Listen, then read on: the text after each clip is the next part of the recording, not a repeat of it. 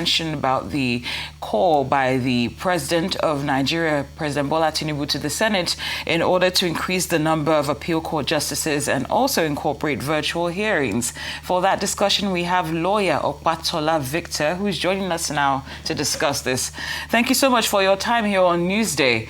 I know this might be a very quick conversation, but we'll try to make the best of it. Now, we understand that Nigeria already has so many judges across various courts, and we still have backlogs, and the question is the problem really a shortage of justice, or judges, I should say, or corruption, inefficiency, and procedural delays in the system?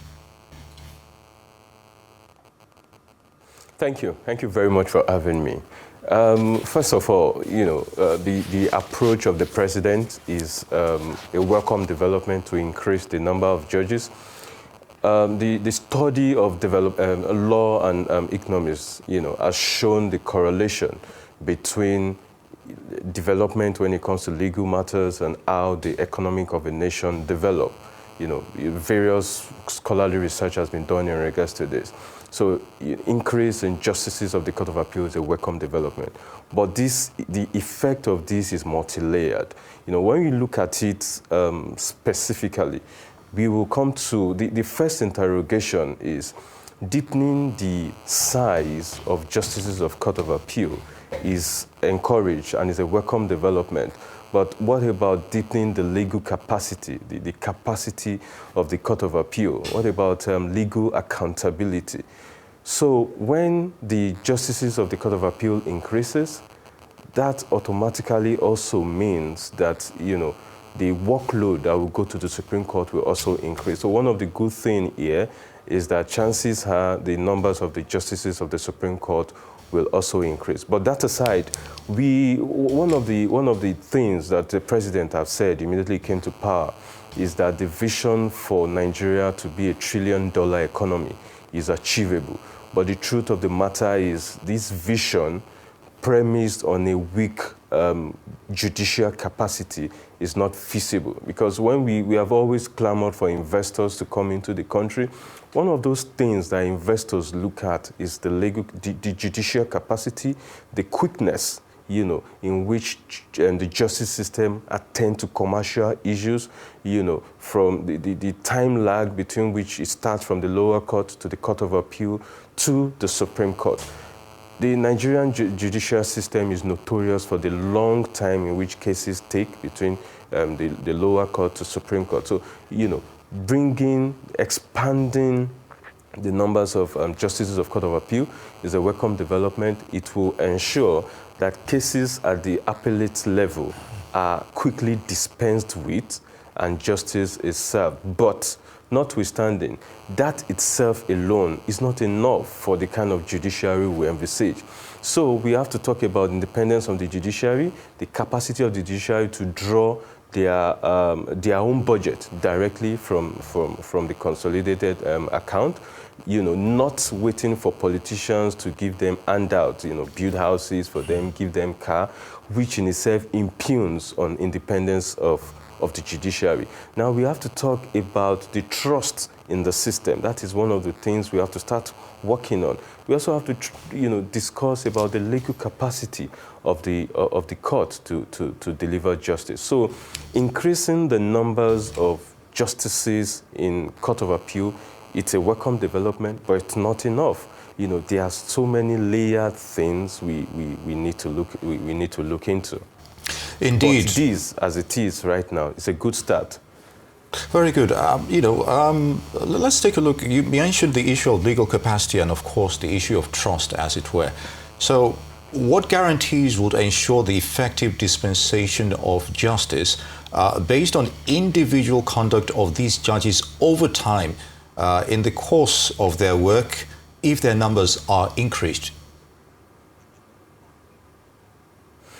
Okay, if the numbers are increased, the automatic implication is that more cases will be handled. When it comes to trust in the system, trust is a two-legged stand in the sense that it's about the judicial dispensation, true judicial dispensation, and also about the perception the people have, in regards to the judicial system in the country. First, one of the ways to ensure trust in the system is independence of the judiciary. So as not to make it sound like a cliche when we say the independence of the judiciary, one of the things that is important, that once it is actualized, people begin to trust the system, is when they understand that the judiciary has true financial independence.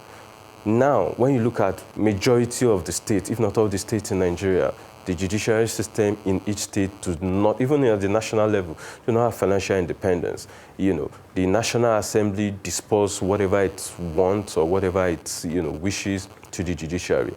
And we have three arms of government: the legislative arm, the judicial arm, and the executive arm. The executive arm gets what it wants from the national consolidated account. The legislature prepares its budget, gets what it wants. The judiciary, that is not always the case when you look at almost all the states in the country. So one of the first things, there have been plethora of cases where individuals have even gone to court to ensure that judiciary have full financial autonomy, but we have not been able to actualize it. The first thing to do is to actualize full financial autonomy for the judiciary. Like I said, increasing the numbers of Court of Appeal justices, yes, it's good. It's in the right direction. But that itself is not enough. If you want to actualize the $1 trillion economy the president has, been telling everybody about, the judicial system, the legal system is a very important and pivot and foundation in which the country has to look at. When the judicial system is solid, investors have natural trust in the system. They understand and they believe that if there's any reason, you see, okay, now when you look at the majority of the commercial dispute, many investors try to avoid the judicial system like plague. They even the arbitration system in Nigeria, they prefer to take arbitrations outside of the country, to Paris, to other arbitration centers outside of the country. That is a vote of no confidence on our judicial system. So the government has to do better. The judiciary itself has to do better. We need independence of the judiciary. The increase in number of Court of Appeal justices is a welcome development.